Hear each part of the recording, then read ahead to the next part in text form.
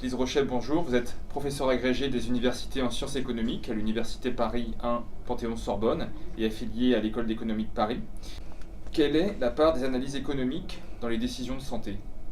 Merci pour cette question, elle est large, donc j'essaierai d'y répondre de la manière la plus rapide possible.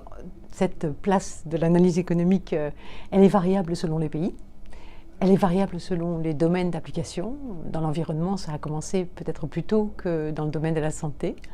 Et ce que l'on voit aussi, c'est qu'elle dépasse de loin la seule idée de faire des économies. Trop souvent, je pense, on est sur une analyse qui essentiellement cherche à faire des économies, donc équilibrer les budgets, alors qu'en économie, on cherche plutôt, effectivement, des analyses de moyen-long terme qui mettent en regard les bénéfices, les coûts.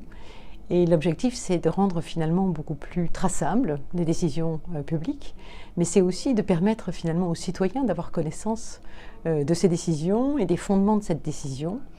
L'autre point qui me paraît important à souligner, c'est que ces analyses économiques doivent nécessairement être complétées par d'autres aspects, comme des dimensions d'équité, qui sont les gagnants et les perdants d'une mesure, quelle qu'elle soit, et puis aussi tout un ensemble de considérations éthiques, philosophiques, qui viennent finalement compléter l'analyse économique, la renforcer et la rendre souvent acceptable. Donc si on accepte l'idée que l'économie, ça n'est pas faire des économies, mais documenter finalement les enjeux de l'usage de ressources rares dans une société, on est aujourd'hui en économie de la santé en position effectivement d'éclairer un petit peu plus les choix des décideurs.